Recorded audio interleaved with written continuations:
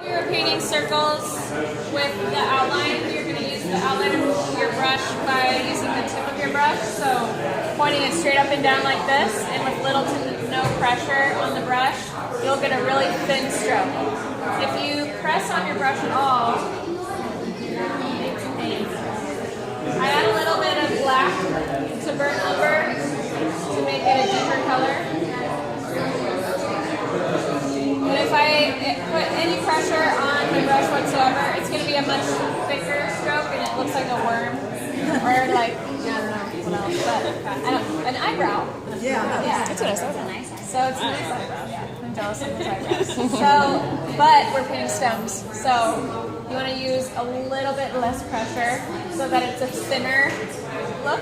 So I'm going to still again point my brush straight up and down to the sky, and with little to no pressure, pivoting from my elbow. You can, if you want to, with more steadiness, put your fist here on your resting hand and bring it across, or just pivot from your elbow, resting your forearm on the table. Create a C curve like that. So instead of going, a lot of beginners will do this motion, they'll create an S curve, which also looks like a worm or a seaweed. So just create a C curve for these stems, and then you'll give it some arms, little baby C curves. So make sure you're grabbing the main stem and pulling out, instead of just going up to it and plugging in a stem. That just doesn't look right. It looks very awkward. So grab the main stem and pull it out. So overlap the main stem, then pull it out. Make sure they're also C curves and they're not coming out too far. So I'm going to stagger up and across the stem, kind of every other like that. So my stem is complete. That's the easy part. Leaves are a little more complicated because they are a compound stroke. So compound strokes, meaning you're using the 2-in-1 brush in one motion. So we're going to start with using a really wide stroke, so pressing really hard on our brush, and then gradually releasing pressure on our brush to get thin. So we're moving from fat to skinny very gradually. So I'm going to grab my sap green color, which is a beautiful leaf color by itself. And I'm going to show you this stroke by itself down here. So what I'm going to do to create the base of the leaf is, this will be the top side. I'm going to see how my brush fans out. It's getting really fat. Bring it across in a straight line and gradually lift my brush up so it gets really thin. Okay? So that's the top. Now do the same exact thing for the bottom. So start at the same point at the bottom, press, and gradually release. Okay? And we have a leaf.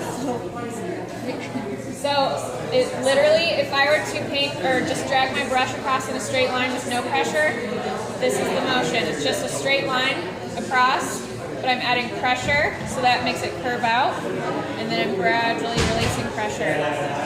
I'm just going in a straight line, like that. Okay?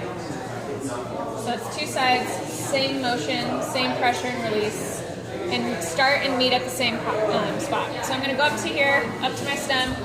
Any direction that the stem is pointing, the leaf should also be pointing. If I have a stem pointing that way, but my leaf is pointing that way, that doesn't look very natural. So I'm going to grab this stem here, press, and release. And then for the other side, press, release. I don't want to have all of the same hue and value in all my leaves, because that will look really flat. So I'm lightening the color I had for this next leaf. Press, release, running into my eyebrow. Maybe I'll grab a little yellow on my brush for this next one. Press, release. They overlap a little, which is totally fine. Press, release. Press, release. Sometimes I'll leave this little gap between my two sides. That's kind of like a natural vein or highlight. And then end it with this one. See how there's that big gap there? I'm now going to go back with my brown. Give it another little stem here. Maybe another one too. Brown is actually a warm color. I just was distracted. Pressure and gradually lift up. Pressure, gradually lift up and meet.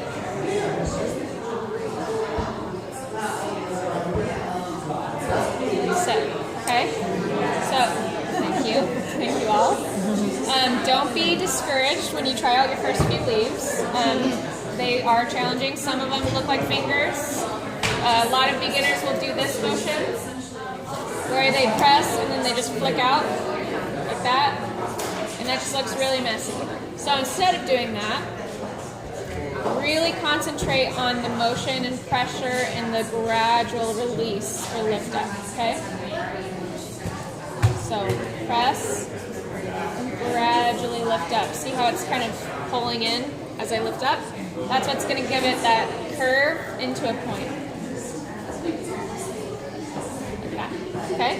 You can also, if you want to add contrast, like berries, blueberries would be a really subtle contrast because blue and green are both cool colors. But if you add red berries, I would add maybe a little pink or a little orange because red and green are contrasting colors. So you can go like these with dots, or you can do little circles for cleaner looking berries. And change up the values, so lighters, lighter ones. Touch here, Christmas. Like so. So I'm just using the side of my brush and kind of swirling it around. Okay? So start with your stem. Practice really getting a thin stroke with little to no pressure on your brush. Give it some C-curve arm stems. Little ones though, don't go out too far because then you have this big white space between your stem and your leaves.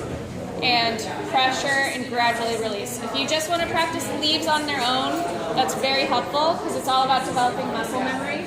So you can do these longer tulip leaves where you'll start thin, press for a really long time, not a really long time, but gradually release at the end. So then we have tulip leaves. So thin, press, and only curve one time so you have a C curve. Okay? If you're doing tulip leaves and you do an S curve, it'll look like seaweed. So it'll look like the S. And we have seaweed. If you want seaweed, that's fine.